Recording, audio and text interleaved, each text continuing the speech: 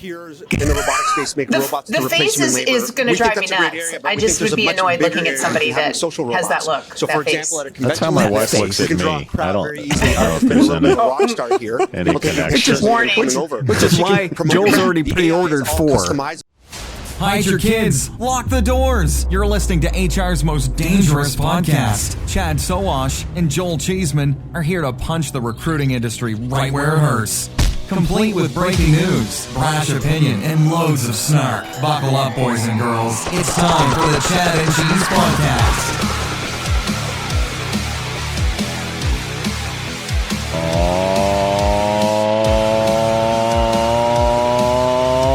Oh, yeah. Clowns to the left of me, jokers to the right. Hey, boys and girls, it's the Chad and Cheese Podcast. I'm your co-host, Joel MAGA Makeover Cheeseman. This is Chad. Video killed the resume star Sowash. And I'm JT. What the heck did I get myself into, O'Donnell? That's a good question. No idea. On this episode, shakering things up, Zuck gets intense, and is Twit Talk in our future. Let's do this.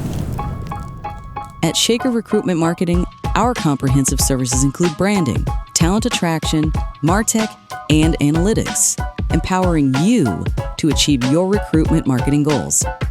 We believe in doing things the right way, delivering the right message through the right activation, achieving the right conversion.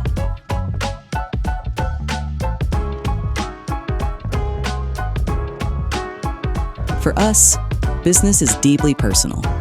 Our legacy is built on relationships.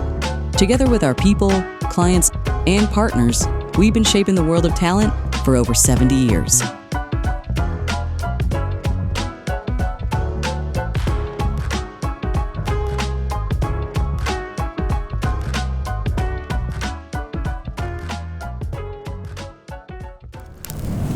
JT in the house. Oh, dude. You little devil. You little devil. Showing me. Look, showing me. You naughty. You teasing me. Jeez, showing me the beer. It's happy hour in Portugal. He's hydrating. Freezing my tootsies off in central Indiana. Love it. JT, Same. welcome to the show. Welcome back. Thank you, guys. It's good to be here. Happy 2025. I'm saying. Hey, real quick though, I got to say your 2025 death of the resume video takes the lead. Oh, on LinkedIn, everybody has a hot take, which I think it's awesome, right? Because the resume has been dying for years, but we've seen tech, really gain some momentum and speed. But everybody has a hot take on that. So good prediction for 2025. Love it. Money prediction. Money. Love the t-shirt as well. This one's for Joel though. Joel, I have it on good authority that you've already pre-ordered something, and I'd like you to roll that beautiful bean footage so that you can show everybody.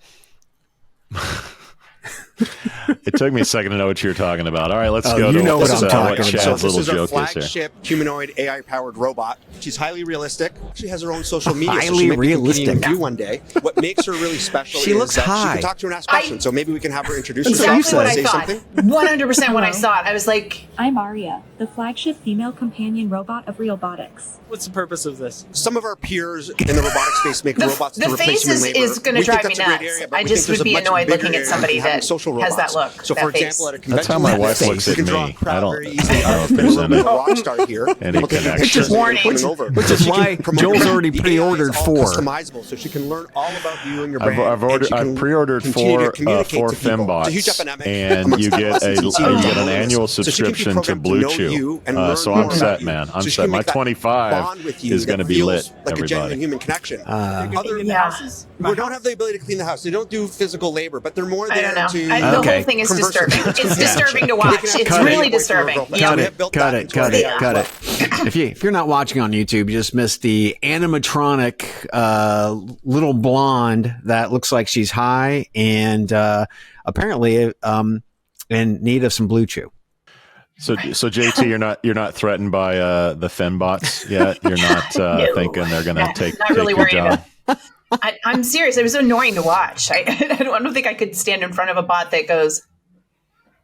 back and forth like that. Weird. That was weird. We all remember the 70s. I mean, we've gone from blow up, dolls to this. I'd call that progress, if nothing else. But that progress. Another 50 years. I don't know. I think. Where was the guy version? Why is it a lady?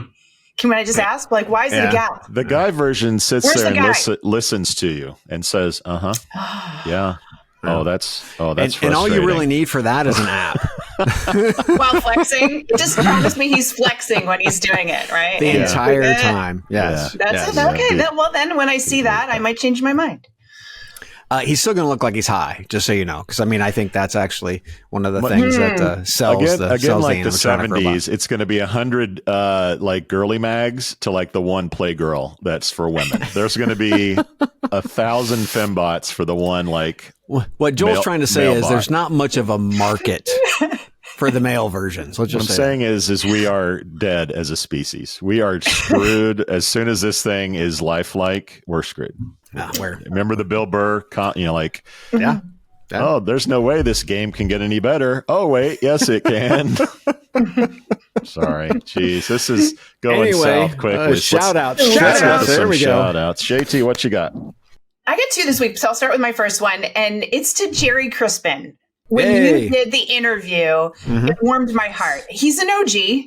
Yes. He nerds out on his craft. He has no problem telling everybody that he's been in it 50 years. No. And he's still so freaking curious about our industry, has a complete growth mindset about our industry. And I don't know, I just love the way he talks about it. It just, it was a joy to hear. I was walking the dog, cheering him on. And Jerry, I'm a fan. That was awesome. Curiosity is his superpower. No question. No question. Yeah. And behind the scenes, he still emailed us this week saying, I'd really love to hear your guys' thoughts on X, right? Yeah. Not the company X, but just a subject, whatever subject. Yeah. Things lined up. He's like, you guys should talk about this year. I mean, it's so great because he's not just a part of the discussion. He is pushing the discussion. I love that. Still. Exactly. Literally 20 years ago, I was a much younger entrepreneur launching stuff in the space. And I knew about Jerry in the 90s when he was writing Career Crossroads. And he literally called me to say he liked what I was doing. And it was literally like God had called me from above. Like, really? You're Jerry? You're calling me? Like, it was Joel, awesome. So, this is Jerry. He does have a God type thing going. He does. That's great. Speaking, Chad, we've been told that we have a face for podcasting. Yeah, speak for yourself, man. One thing that I do know, and I just got this from the analytics department over at YouTube and Sergey, our video guy, 80% of the people who actually watch our videos are loyal watchers. They're back, right? They don't hit the subscribe button. So, hey kids, hit the subscribe button. Tell them why, Joel. Let's be honest. They're not. There's some degenerates listening to the show on a regular basis. But yes, I think if you're not tuned into us on YouTube, you're missing some exclusives that you can't get on the show. You're getting outfits that I don't normally wear on the show, or does Chad. Euro Chad, you can't really appreciate Euro Chad unless you see Chad. The voice doesn't really come out. You get to see me in glamorous locations. Like right now, I'm in Canada visiting the in-laws. If you couldn't tell, I'm in a Canadian state of mind. So you're missing out on a lot if you're not watching us on YouTube and just listening to us on your favorite podcast platform of choice. Speaking of win streaks, my shout out goes out to Doug Berg. Industry people will know Doug. Dougie. He's the man behind Techies, Jobs to Web, Web Clip Drop, which eventually became Zap Info, acquired by Indeed. By the way, our first ever sponsor was Web Clip Drop. Yeah. So we have Doug to thank. We have Doug to thank for this show. Anyway, Peter, he's now chairman, head of a company called Match 2. It's a little bit of a mystery, but it looks like you're embedding matching stuff into your ATS or your HCM solution. So I'm certainly going to be on the watch for Match 2 and what they're doing. Who's involved with this and who's helping Doug? Well, a few names like Elaine Orler, Jason Costello, and Chris Foreman, to name a few. I mentioned Techies, and I was curious because Chad and I are around in the 90s anyway, and this is an old Techies commercial from the 90s, Chad. You'll enjoy this. Check this out. I think technology is driven by vision. I always like to build things. Communicates the data through FIFOs. Their eyes light up about the projects that they've worked on. Rearrange it, decompose it. To create a difference in people's lives. One of the things about being in technology is that people don't know what I do. There are all sorts of levels. One of our best employees, they cooperatively multitask. He would tell us that he actually would wake up in the middle of the night dreaming code, and at that moment we just hired him. They don't know what I do. How hard do you think it was to find a woman to be in that commercial? And do you think she was actually a techie? We need a woman back in the 90s. We need a woman back in the 90s. Not a lot of women. What you got, Chad? Yeah. So, friend of the show, big shout out to EEOC Commissioner Keith Sonderling. The guy deserves a velvet jacket by now. He's been on the show so much. Shout out for number 1 for baby number 2, which actually arrived during the holidays. Congrats, Papa. Congrats, Papa Keith. And number 2 for then gaining the nomination for Deputy Secretary of Labor. So if confirmed as Deputy Secretary, Labor Secretary, Keith would be tasked with overseeing the DOL's nearly 15,000 employees and the agency's day-to-day operations.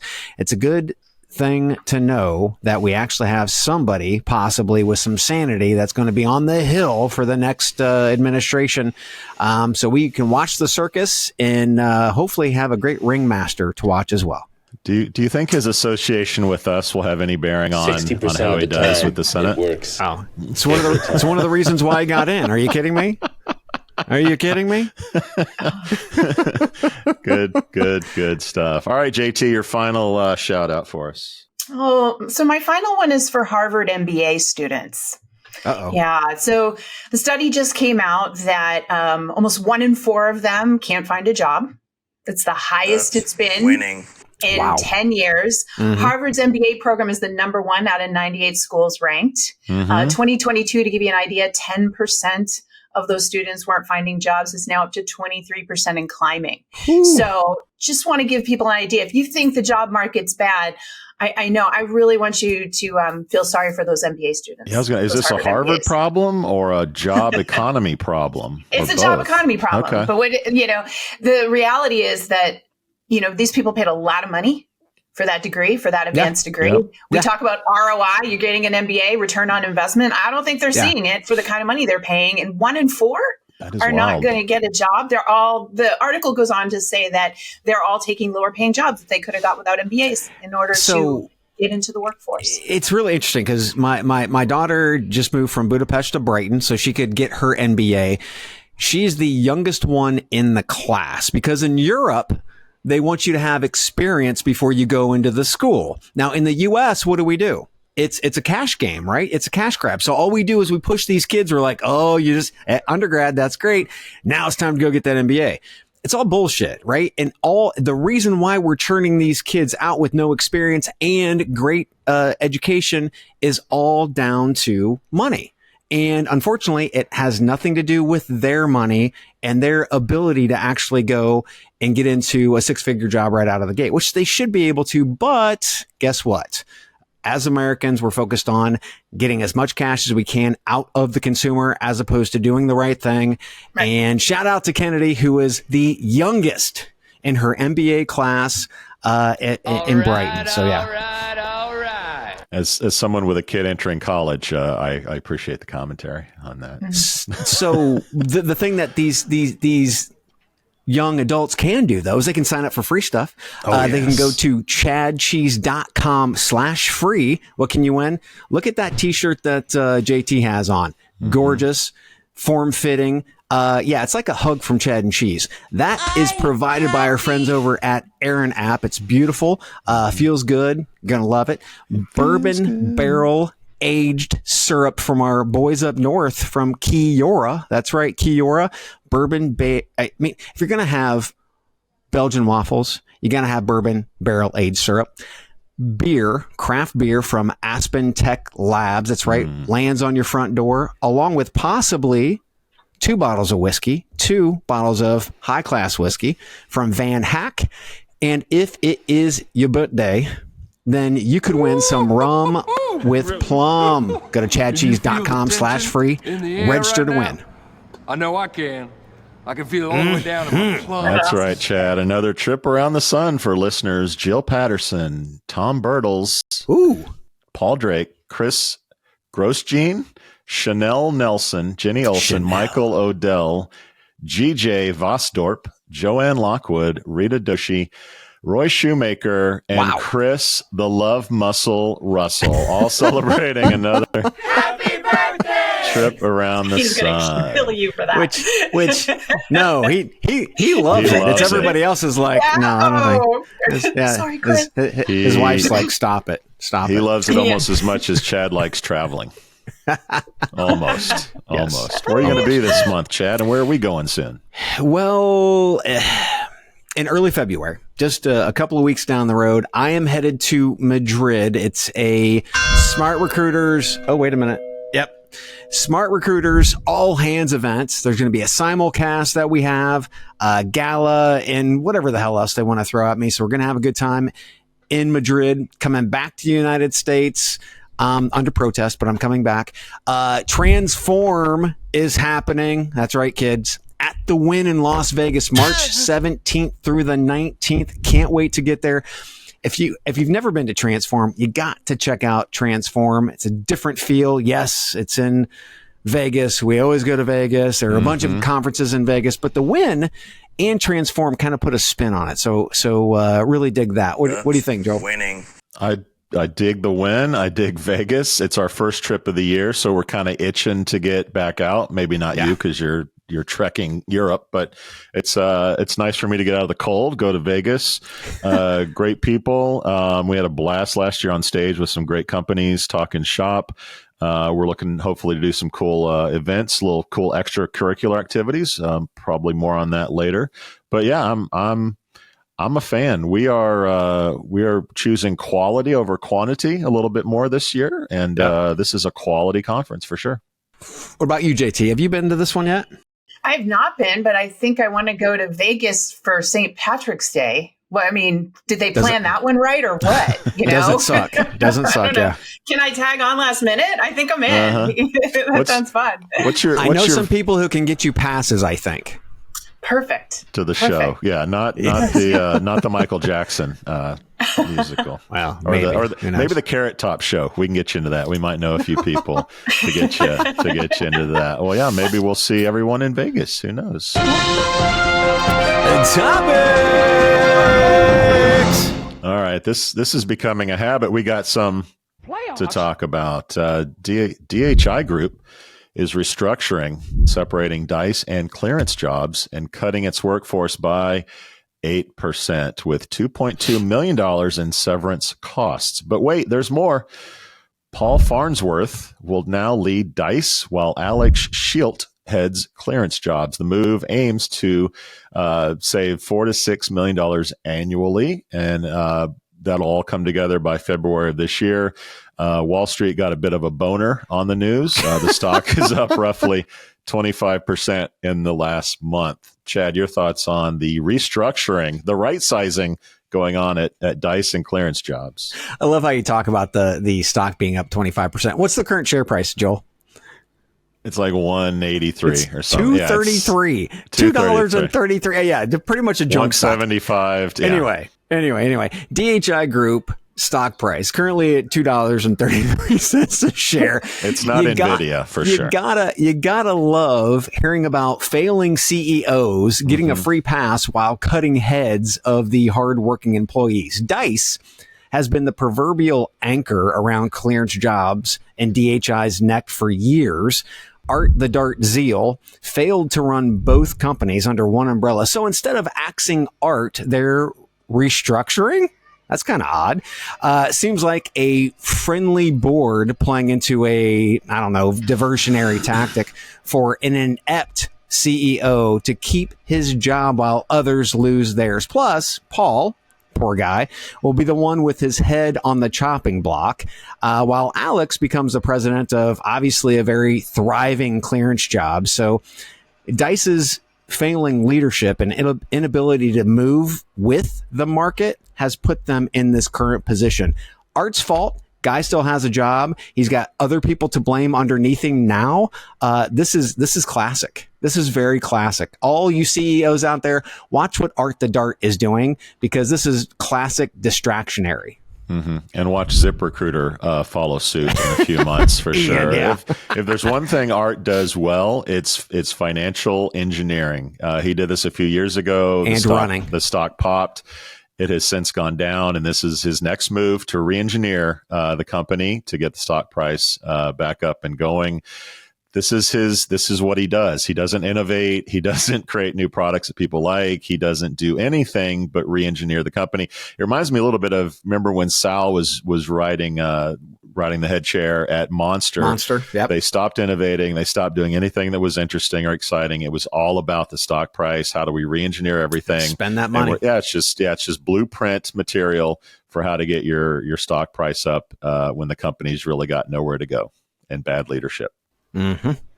Yeah, I mean, it's in the playbook, right? It's in the boardroom playbook. It's written in the boardroom playbook that in order to make shareholders happy, all we got to do is restructure and cut staff. I mean, literally every time a company does these types of layoffs, their stock price goes up. It's in the boardroom playbook. So they're just flipping to that page and going, oh, I guess we need to institute this now. It's, as the voice of the job seeker, it's sickening.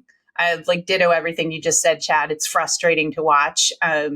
It's big bad business, and I hope that more and more job seekers get angry. We're seeing it on my side, and I'm here for it. And I think hopefully the next generation's going to shy away from working for some of these companies that pull those tactics. Let's hope.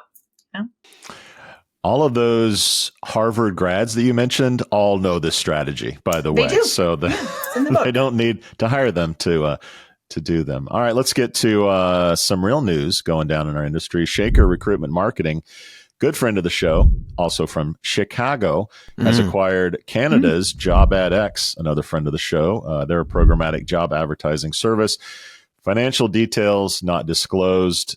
Side note, this may be the first acquisition involving two of our sponsors. We have a great track record of sponsors getting acquired or acquiring. This may be the first time, Chad, correct me if I'm wrong, the first time that two previous former sponsors have gotten together and gotten married. What are your thoughts on this marriage? Depends. I think because iCIMS they've sponsored before, and then they bought Canada ID. It wasn't kind of like the same thing, but we do have a great track record. Great on pointing that out. Very solid with regard to sponsors, getting money, exiting, M&A, all that fun stuff. Anyways. Why buy JobAdx? Simple. Recruitix buys KRT, Radency buys Parengo, and then Appcast buys Bayard. This move by Joe and the Shaker team only makes sense. Your provider becomes a rival. So do you continue filling your rival's pockets with cash? No. You buy a platform, get rid of the middleman who's taking a cut, and provide the same service for a much lower cost and the ability to sleep at night now that Shaker is out from underneath the thumb of Appcast. So if you think about it, the market is splintering. We talked about it last week on the 2025 prediction, which is good for prices because those splinters are competitors and competition brings prices down. Plus, since the new service is wholly owned underneath Shaker, they can control pricing while focusing on helping companies with their hiring experience, their actual tech stacks, their CRMs, instead of building new platforms and spending money and then trying to keep that legacy tech going for CPH, CPC, CPQC. Those types of products, I mean, Shaker's just not interested in. So for me, it's smart and it was a must do. Now, flipping the script just a little bit, when we talked to Chris Foreman about buying Bayard and pissing off partners like Shaker, we talked to him a couple of weeks before this actually happened. He said, quote, "We endeavor not to piss off anyone," end quote. Well, Chris, you can check some people hard into the boards. That's a hockey reference that he used, by the way. You can check some people hard into the boards, but don't expect them not to get pissed off about it. This was a smart move. It's a great move for the markets. And To be quite frank, I think this could prospectively send Appcast into a tailspin, especially if more start leaving Appcast. Yeah, Joe Shaker's not falling for the banana in You're the not going to fall for the banana in the tailpipe. And this one. Chad, I want to say that we interviewed him shortly after Appcast acquired Bayard, and he gave sort of the yearbook answer. We do what's best for our clients, but you and I, as we know Joe, he was internally talking about, okay, what's our plan B? If they pull the rug, if prices go up, like if they have control, what do we do? Yep. Frankly, there aren't a lot of programmatic solutions left. JobAdx is one of the last ones that they could buy. Like independent. I imagine that this is probably a year in the works. Talking about it, strategizing it, getting a plan B, not being beholden to Appcast and Bayard. And so to me, this was a smart, strategic, defensive move by Joe. They can still use ClickCast or any of the other solutions, but if the rug gets pulled out from under them, they can tell clients, hey, we have our own, we own JobAdx, like why they're similar or better. They can use it as a complementary service. So it was just a brilliant strategic move. Whereas an ATS can always have a marketplace where, okay, well, they got bought by someone else. Well, we have a marketplace where we have other people that provide that service. An agency can't do that. Like, he doesn't have a tech with a bunch of marketplace solutions. He's got to pick and choose the ones. So he's beholden if Appcast screws him. So smart strategic move. Whether they move totally off Appcast, that'll be interesting. When we talk to him next, we'll ask what the plan is there. But smart strategic move, not surprising. Well done, Joe. As usual. Yeah. As usual. I have to say really quick, when you sent this, that you were going to talk about this today, I immediately went back to the past podcast where you've been talking to both sides. And everything you just said, I was like, they said that, they predicted it. So hats off to you boys for knowing what was coming down the pike. Say more. Very Say proud more. of you. Very proud of you. The bigger question is what's going to happen to programmatic in the future, I think, regardless of who they own. But it was a smart move. I think it's interesting because Joe can look at this through different lens than Appcast can, because Appcast has to worry about the tactical clicks that happen all the time, right? Because that's how they make their money. And they have to worry about the other side of the house on the Bayard side to be able to help companies become more efficient and to be able to not set it and forget it, right? So they're fighting each other, because if Bayard's doing their job well, then CPC starts to dwindle, right? Yeah, if Bayard starts, if Bayard starts pointing and doing searches inside the applicant tracking system for candidates you've already paid for, then Appcast starts to dwindle. Shaker doesn't have that problem. They don't have that problem, right? It's not a two-sided marketplace for them. They're all focused on one thing, and that's that enterprise client. The question Raise my hand on this one. Yeah, go ahead, JT. Yeah, I want to ask both of you this question. So we're watching all this acquisition, right? It had to happen. It forces everybody to up their game. I love watching it. But at the same time, we have this whole world of AI, new companies in stealth mode starting up left and right. Yeah. And I just wonder how hard these companies are going to work fighting these, the devils they know. And out of the blue, out of left field is going to come something agile with no technical debt, that isn't big, that could just blow them all out of the water. I'm going to be honest. I'm seeing tech every day. I'm sure you are too. And I'm like, what? Stuff in our industry is amazing to me. And we're in the infancy of this. So I'm curious if you think this big fighting and all this, is it even going to be worth it? Oh, the relationships matter, JT. These agencies have really good personal connections with their companies. The companies trust them and the advice that they give. Technology comes and goes very quickly. I think companies generally have a risk-averse opinion about new technologies. So until Shaker tells McDonald's, yes, this is a tech that you should use, they're usually not embracing those technologies. Now, it could be different this time, but I think companies will be really cautious about all these new companies that are popping up. Do they have staying power? Do they get investment money? They're going to be pretty cautious about it. Whereas it's the smaller companies, the small businesses that let's roll the dice on this new stuff and see how it goes. So that would be my opinion on how agencies and the traditional companies look at new tech. I think Shaker's pretty smart from the standpoint of Joe doesn't want to create new products because, again, that is perspective, not today, but tomorrow will be legacy, right? They work directly with those vendors who are best in breed, and that's their focus. So they become the expert in the space that literally can talk about any platform, as opposed to like a Rate and See who's literally just going to talk about their stuff for the most part, right? Yeah. They're going to talk about some other platforms because they got to throw it in there a little bit just to seem relevant and obviously, legit, but they're going to sell their own shit. Joe's not really worried about that, which is really cool and refreshing, not to mention it's lightweight with regard to the tech question that you just had, because I don't have to stay up to date on the tech because it's just distribution. That's fairly simple, but I can go out to my partners and they need to stay up to date. What will be really interesting, Chad, and it's not really Joe's style, but what if he funds JobAdx and says, release the Kraken and goes straight after Appcast's business and their market share, as opposed to just being a defensive move? Like, I would love to see Joe go right at Appcast, Ditka style, and see what they're made of. Take them on. Don't just be a defensive move. Be a little offensive. I'd love to see that. And Chris actually said they only focus on enterprise customers and at Appcast, and that is Joe's portfolio, right? So when they bought Bayard, who again, very focused on enterprise, I mean, that was a threat. So at the end of the day, beautiful move, smart move. And again, a company that's almost been around 75 years, Shaker, they're making smart moves. Mm-hmm. And congrats to the JobAdx folks. I know they've been working hard for a long time. You guys kill it. Admit team. Yeah. Good job. Good job. That escalated quickly. All right, let's go to some more news. Actually, let's take a quick break. Yeah. Let's take a quick break, and we'll get back and talk about LinkedIn.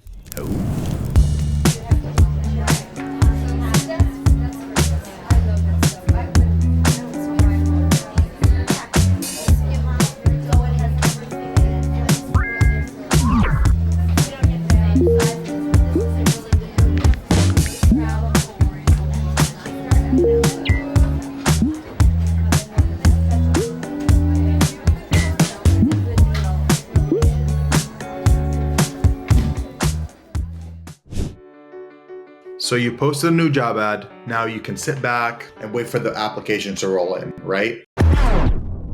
That's why we built JobPixel. Imagine showing candidates why your company is great with real people, real stories, and real culture. With JobPixel, it's not just another job ad. It's an invitation to something much bigger. Video gives you a 3 times better response rate. So instead of chasing after candidates, they'll be coming to you. And with a 34% boost in conversions, candidates aren't just looking, they're applying. And if you're worried about people clicking away, don't be. Our videos reduce bounce rates by 25%. That means they're watching, they're engaged, and they're interested. 282% more engagement. Yeah, you're gonna need a bigger inbox. Finding the right candidate is tough, but with JobPixel, it doesn't have to be. Show your company's authentic story, and the candidates will follow. Let's make recruiting fun again, because honestly, it could use some help. Do you want to see how JobPixel can save you time and money while achieving your KPIs? Schedule a demo today.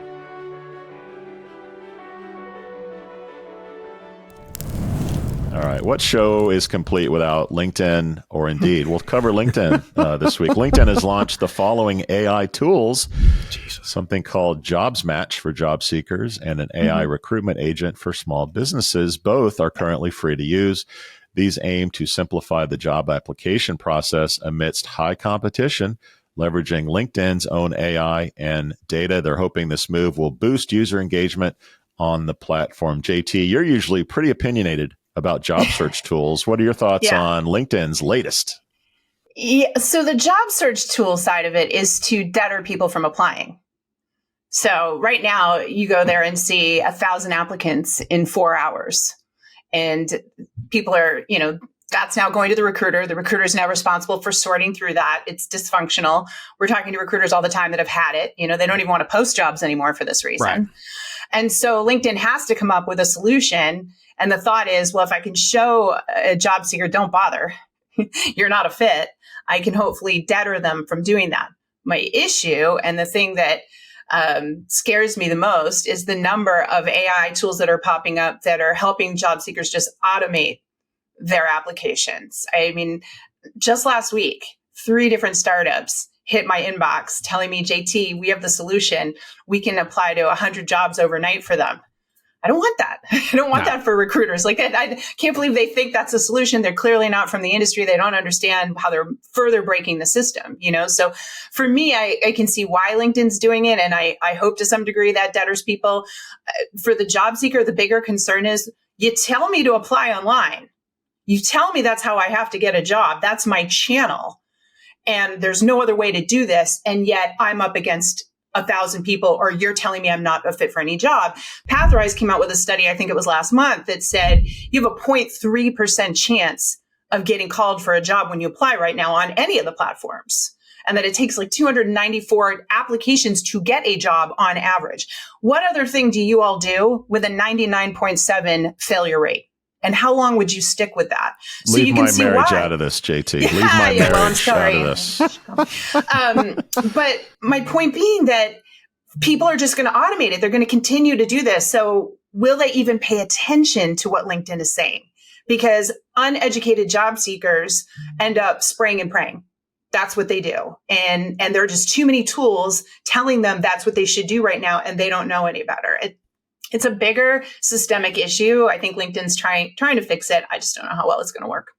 Doesn't anyone notice this? I feel like I'm taking crazy pills. JT, I've thought about this question for you for a while, and I'm sure there's a real simple answer. Why can't LinkedIn or whoever create a CAPTCHA system that eliminates the automated stuff? Are bots just too good at detecting and getting around that? Do companies not care? Because there's an incentive for them to get applicants, right?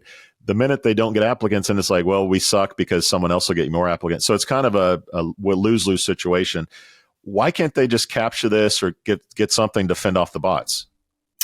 So to your point, it's very sophisticated. The bots, they're able to get through. I also think there's this push and pull, right?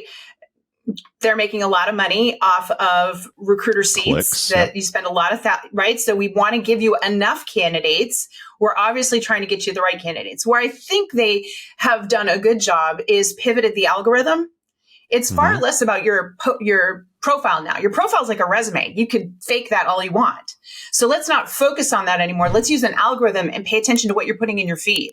How frequently are you posting in LinkedIn, and how relevant is what you're posting is going to determine that there's a far greater likelihood you are real. Other reason why they've got the clear thing up there now, where they're trying to get people to verify. Okay. So I like that direction and putting it back into the job seeker to say, give the evidence that you are who you say are and you can do what you say you can do. And the reason I like it is because there's a whole lot of job seekers out there that want to switch careers, want to switch industries.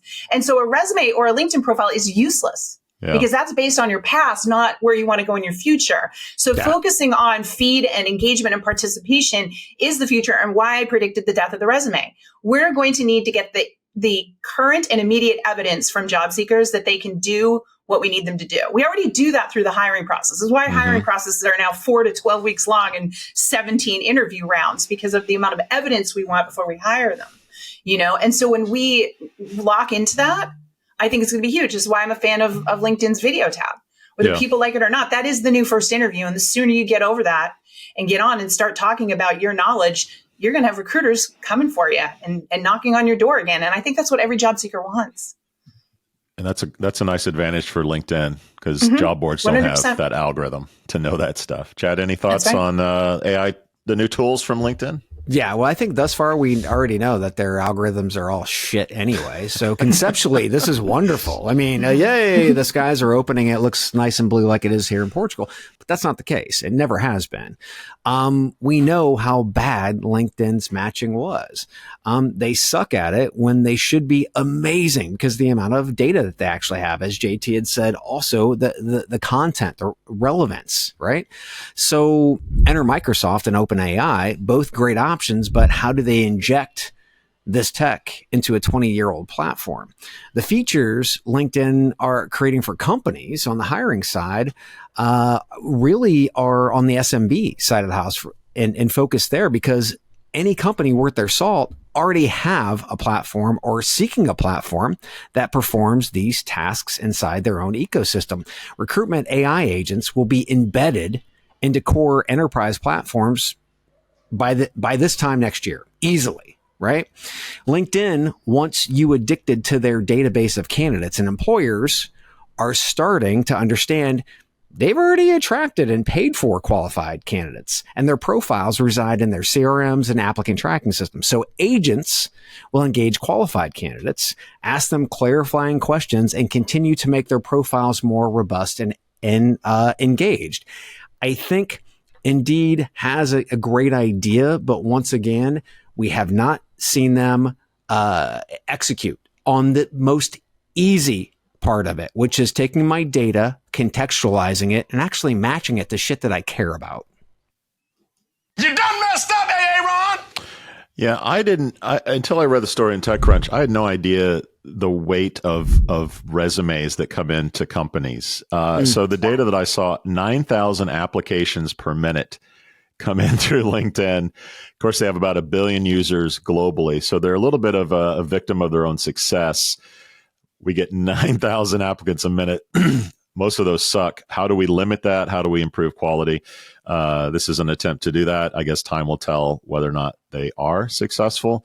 On the business side, when Indeed launched have up to 5 profiles on your Indeed account, I said, they're coming after LinkedIn. So to me, this is like, maybe there was a gentleman's agreement that we'll stay in the enterprise stuff and you guys deal with, the job search stuff. And now they're sort of getting more competitive. So I think this going after small businesses, whether it works or not, whether they put any kind of money into marketing this, because selling into small businesses is really hard. But to me, this is a strikeout against ZipRecruiter, who has abandoned their small business brand. They've totally left that to be taken up by somebody. Yep. Indeed hasn't really embraced it, but they have a good foothold in that market. So to me, going after small business is what LinkedIn has left to kind of conquer, particularly in the Americas and out in Europe. So good strategies both. Whether they can execute and get it right, I don't know, but I do approve of both strategies and getting more in bed with OpenAI. Good luck. Yeah, good luck. And speaking of good luck, yes, TikTok is and you don't stop. TikTok and you don't stop. Color me bad, Chad. Color me bad. All right, I'm sure you've heard the news. TikTok is set to shut down its U.S. operations on January 19th. By the time you listen to this, it may be gone. January 19th of this year, impacting some 170 million Americans, unless there is a Supreme Court intervention or ByteDance and divest TikTok's U.S. operations. Between Trump wanting to delay from the Supreme Court to Elon rumored to be a bidder to copycats like RedNote gaining newfound traction, this is one hell of a drama. Chad, what are your thoughts on TikTok? So I have a history lesson, kids, and this is going to be fun. This is going to be fun for most of us. For some of you, take notes because you're going to need this. So, Joel, do you remember Tipper Gore? Yes. You remember Tipper Gore? Remember the Parents Music Resource Center, aka PMRC, the group that created the infamous parental advisory explicit content stickers that were supposed to kill record sales on any album displaying the sticker? Remember what happened? I do. Albums displaying the sticker had explosive record sales. NWA and Twisted Sister could probably thank Tipper and the PMRC for all of a good amount of their success. Let's just say that. What does this have to do with TikTok? Well, have you tried telling one of your kids no before? I remember all 3 of our kids were in middle school and high school, and the school administration blocked everyone on their Wi-Fi from getting on social media. Guess what the kids did? This is before, it's probably about 7 years ago, before you had the Express and all the different easy VPN systems. We were all using those really clunky fucking business ones every day that sucked. Kids found free VPNs. They got around it. They were on social media at school, right? Needless to say, people will find a way to get to TikTok. This is the new parental advisory sticker. And this is, again, nothing more than a way of saying, oh, you love that TikTok? Oh, we're going to take it away from you. No, you're not. We're going to find a way in. By the way, if you had Tipper Gore on your bingo card, mark that off. I think it's the first time Tipper Gore has gotten a hat tip on our show. JT, what are your thoughts on the TikTok ban? Yeah, I think I take it from a different perspective. I don't think people understand how many people have that as a gig. TikTok is their gig. It's their side hustle that's making them full-time income. You're talking about hundreds and thousands of U.S. solopreneurs out in the middle of nowhere making an income they could otherwise never make where they live due to TikTok shop, views. I know, and I don't think those individuals, they aren't business owners in the sense that they're prepared for how to replace that income and what else to do. So you're talking about hundreds of thousands of people whose revenue stream is going to shut off. And while I'm with Chad, they'll find another route. That won't be overnight. And those people bought cars and houses and apartments and built lives around having this additional income in their life. And it's going away. And I see that on the TikToks that are coming through my feed. I mean, there are people that just bawling saying, I built this, I worked so hard, I'm going to lose everything. Now, we all know, we've watched it for years. Facebook, they change algorithms on social platforms. All of a sudden you were making money. Now you're not. But there's a massive group of people. This is the first time that's happening to. And that to me, it just kind of breaks my heart. We are the country where, you're supposed to have this entrepreneurial spirit and create things for yourself. And hundreds of thousands of people have, and they're going to lose it all when this goes away. And to me, it just seems wrong. I love the app. It's been great to me. I've been able to reach a whole audience that not on LinkedIn, that's on TikTok, that I can coach for free, people I'd never otherwise get to work with, and change lives. And that's just in job search, like in every place that tool has taught and helped and let people serve audiences. And it's sad. It's going to be gone. Something else will replace it. I know I'll survive, but there's a lot of people that are going to be crushed by this financially. And as long as we're getting sentimental, JT, I never knew that bug fights and big booty Latinas could bring so much to my life as Joy. Well. You mentioned the users that'll be impacted. Let's talk about a few more people that will be impacted by this. TikTok employs 7,000 people in the United States. I think their jobs might be at risk if it goes away. 60% of ByteDance is owned by institutional investors such as BlackRock and General Atlantic. Those are big dollars coming out of the U.S. Trump is talking about an executive order as soon as he takes office to save TikTok. It's questionable whether he can legally do that or not. Not that it's ever stopped Trump before. Would you be shocked if Elon acquires it and it rolls it into X? Like anything can happen. I haven't been to Red Note yet. I know. I mean, I've checked out Red Note. The Elon Musk stuff is all, just not true. That was the big rumors going around. I mean, I do think Trump will extend it or reverse it. I do. Yeah. I mean, it helped him get elected. I do feel that he will do something about that. Or maybe he makes it roll into Truth Social, and Truth Social becomes we got big meta energy from Mark Zuckerberg. I mean, he's playing nice with Trump. Like, does Meta this is a soap opera that's going to be really fun to 100%, watch 100%. over the next couple months for sure. If you're pro business, you try to figure out a way to make this work for all those small businesses. If you think, in my opinion, there's just so many people out there. This is a gig, a side hustle that's helping them live their best life, and so much money. I mean, I know that Congress has gotten flooded with letters and emails about don't cancel TikTok. To be devil's advocate, I do think it is a propaganda machine, or at least a potential propaganda machine for the communist China.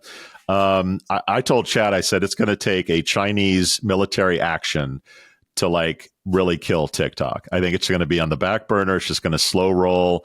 It's going to be an ongoing thing until something like that happens. But yeah, it's going to be a fun soap opera to watch in 2025. And speaking of soap operas, we're going to take a quick break and talk about another great soap opera happening now in America. Hospitality is the heart of our society. It brings people together to share great food, drinks, and experiences. But successfully managing a restaurant or hotel is no easy feat. That's where Harri comes in. Harri is the frontline employee experience platform that helps you build, manage, and engage great teams. With Harri, managers can easily find and hire top talent, manage timekeeping, and communicate with employees at any time from any place.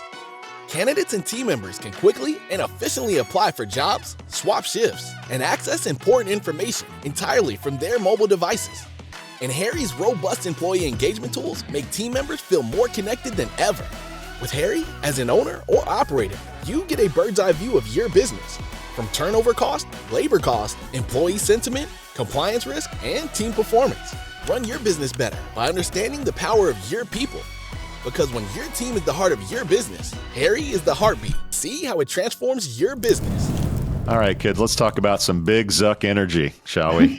Some coverage featuring Meta and its fearless leader, Mark Zuckerberg, this week include the following: workforce reduction affecting some 3,600 employees, embracing Trump and donating $1 million to his inauguration, as well as throwing a party, ending their third-party fact-checking in the U.S., and even dissing Apple on Joe Rogan. JT, is this Zuckerberg hitting his midlife crisis a bit too early, or is something else going on here?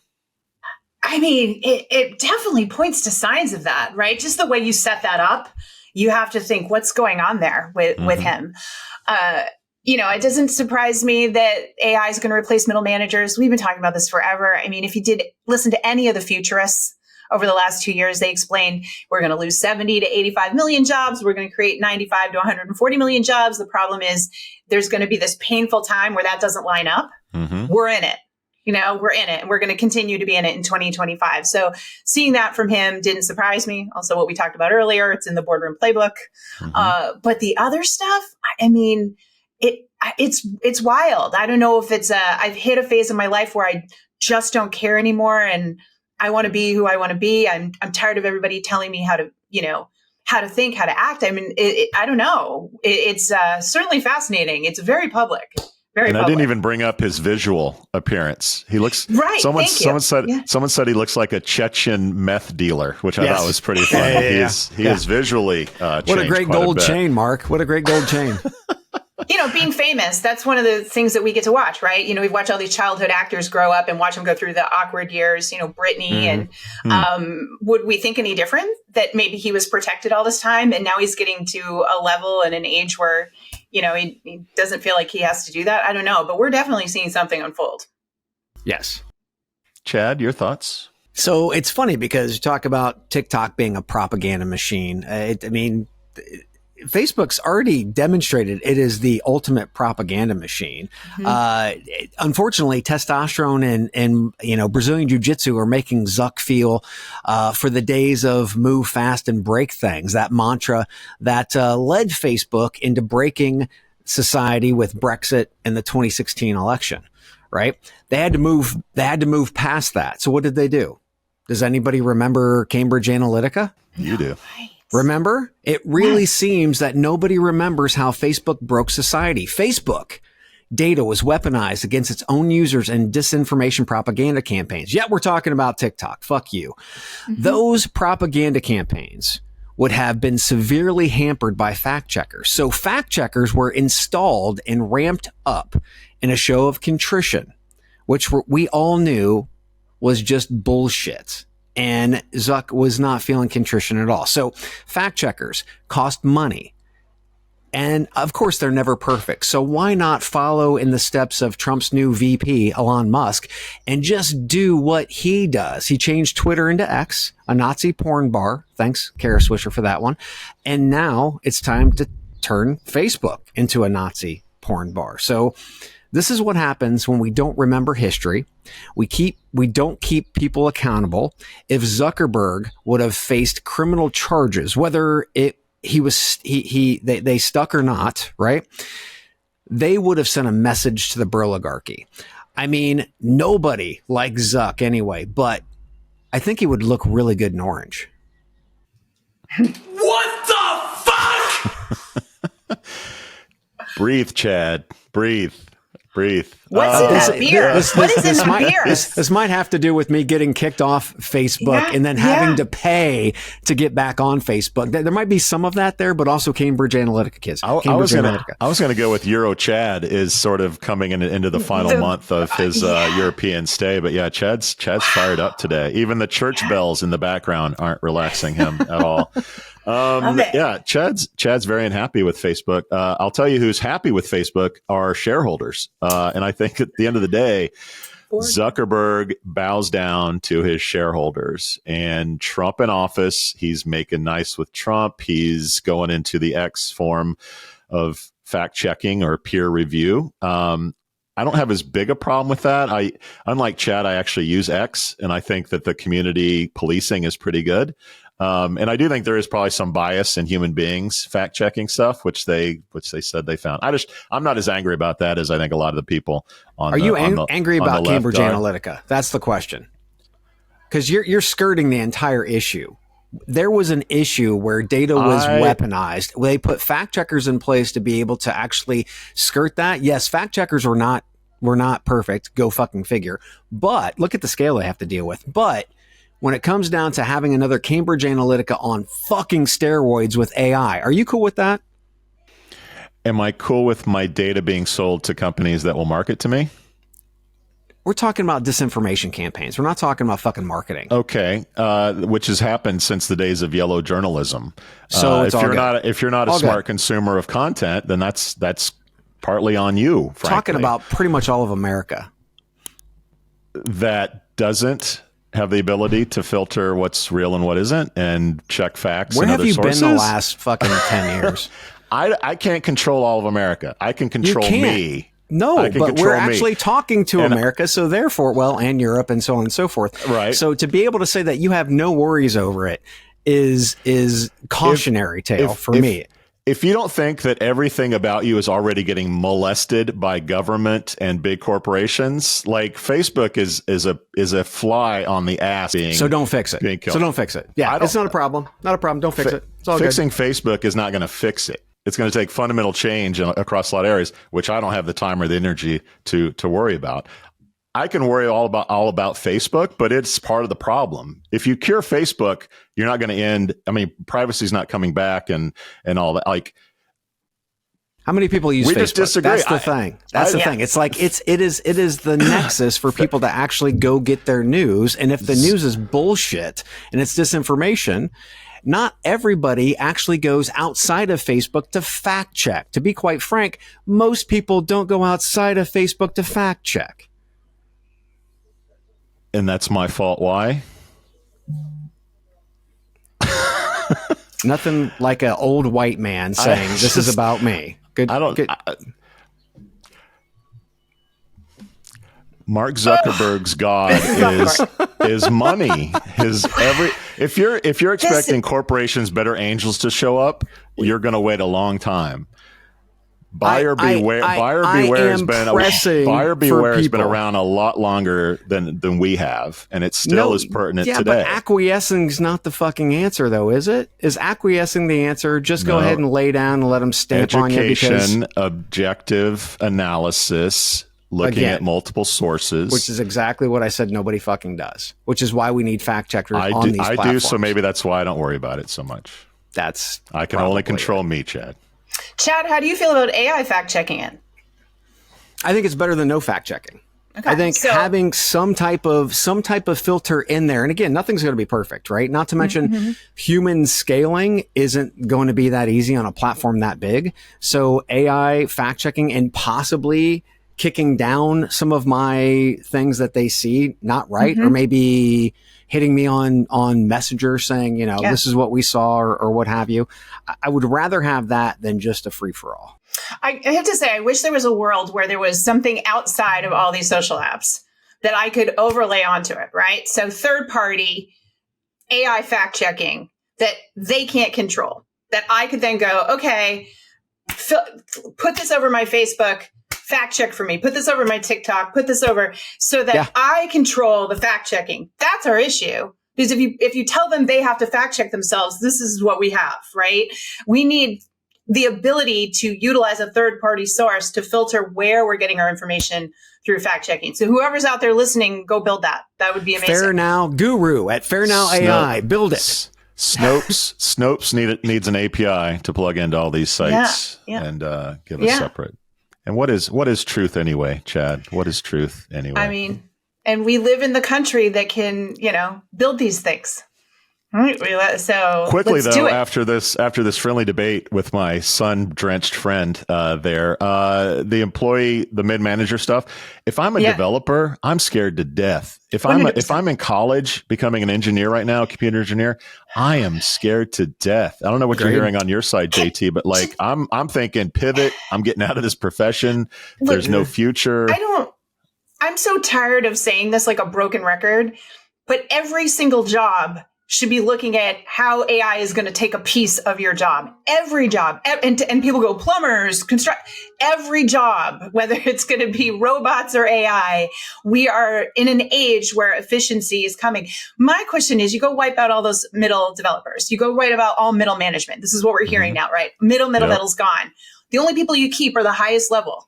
Mm-hmm. So they'll die when eventually. They go, thank you. Who's replacing them? Where's the learning curve and what's going to happen in between? Yep. Right. Yep. So, are we thinking ahead on that? Who's getting selected for that? No, because right now, let's save money and watch our stock price rise. Mm-hmm. Let's wipe people out. And that's what's happening. we got rid of vocational schools. That was talent pipelining. We got rid of all of these things. Yes, which was talent pipelining. When companies tell you about talent pipelining and you start talking to them about, they have no fucking clue what that even means. I agree. By the way, did you see Southwest Airlines halted their internship program? We're going to see more of that. Oh, 100%. Because entry-level jobs and needing those kids to fill that's going away on a big scale too. Like that's going to be a story in 2025. Internships going away or reduced. I agree. Can I lighten the mood with a dad joke? Would that be possible? So. After it took so long. It's so fired up over here. Okay. All right. What's the difference between a tire and 365 used condoms? What's the difference between a tire and 365 used condoms? The rubber on a tire can be used over and over? I don't know.